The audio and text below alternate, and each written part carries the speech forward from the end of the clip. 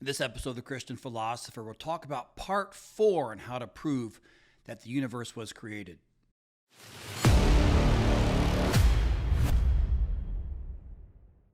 Welcome back, everyone. Scott Sullivan here from the Aquinas School of Theology and Philosophy. I have been doing a series of videos called How to Prove That the Universe Was Created. I'm going through 4 arguments to show that the universe, the physical changing world that we can know about, had to have a beginning. It does not go on forever in the past.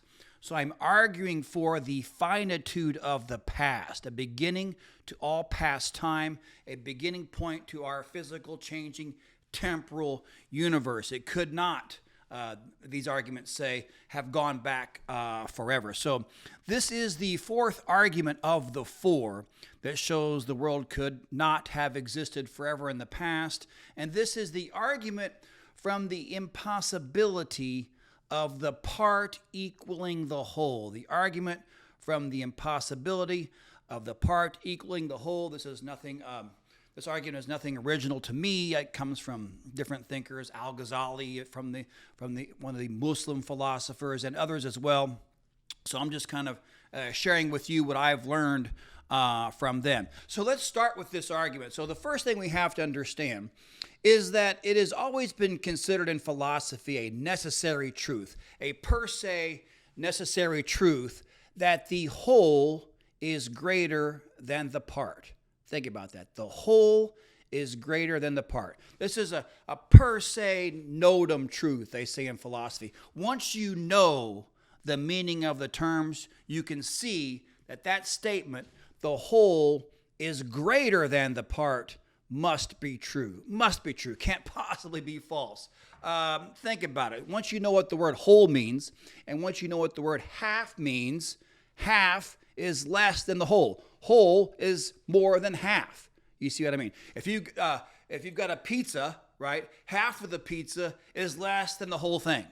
If you ate only half of it, you didn't eat as much as you could have if you had eaten the whole, in other words. Or half of your bank account is less than the full balance. You see what I'm saying? So necessarily then, the whole is greater than the part. The whole is greater than the part, and conversely, the part is less than the whole. Duh. This is a self-evident and necessary truth. So why does this matter? Okay, well, once we know this self-evident necessary principle, this self-evident necessary statement, whatever you want to call it, we can turn right around now and apply that to this question about how long has the universe existed, say regarding past time or past causes or past events. It doesn't really matter what you apply it to. Okay, how does this work? Okay, all right. Suppose for a minute we're going to assume that the hypothesis that the world never began, suppose that that's true. It goes back forever. And if you go back and you add up all the past days in your mind, you get to, as we've been saying, an infinite number of past days, going back from yesterday to all the days. It's unlimited. It is, in fact, infinite. Okay, so now suppose we do this. Now suppose we're just going to count up half of the days. Say every other one, right? Suppose we just count, I don't know, the even numbered days. You see what I mean? So 2, 4, 6, 8, and so on. By definition, we are only taking half of that time, half of the past days, because we're counting every other one, just the even ones, you see.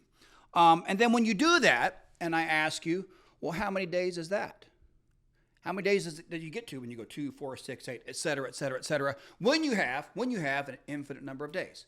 Well, of course, here the answer is what? Infinite. And this is precisely the problem. If the universe is infinitely old, then the quantity of half of the past days is numerically equivalent to all of the past days. So if you take a set of all the past days, right, 1, 2, 3, 4, etc., and you compare that set to all the even-numbered past days, as we've been saying, 2, 4, 6, 8, each set is numerically equivalent in the sense that there's a one-to-one correspondence with each number in the set. So they are equivalent. So half of the past equals the whole of the past if you assume, I think, this nonsensical idea that the world never began. And so I think, again, here, we land ourselves we're forced to accept this contradictory idea, again, a different one rather, that half of the past days is equal to all or the whole of the past days. This is a contradiction because we would say, just to kind of clarify it, half of the past days is both equal and not equal to all of the past days. Let me say it again to make it clear. Half of all the past days is both equal and not equal to all. Why not equal? Because it's only half. Why equal? Because they all match up 1-to-1. You see what I mean? There's an infinite number in both sets. It just seems impossible because this is a contradictory idea. How can it be just half and then not half at the same time, right? That just violates the fundamental principle of reasoning and metaphysics, the principle of non-contradiction. So I think we could summarize our argument this way. If the universe has always existed, then half of the past days would equal the total amount of all of the past days. But it is impossible for half of the past days to equal the total amount of all the past days, because, of course, half by definition is less than all. It's less than the total. Therefore, the universe has not always existed. So I think we have a sound argument here. The argument itself is logically valid. Those premises are necessarily true, right? If the universe has always existed, then it would be the case that every other day, that set would equal the set of all of the past days. But that's clearly impossible. Half, by definition, is less than the whole, unless you just want to, land yourself into a flat-out contradiction. You have to accept that premise, I think. So therefore, I think the conclusion follows that the universe has not always existed. And this gives us another reason to think that the universe began, and that in turn is going to give us a reason to think the universe was created, as we'll see in a later video.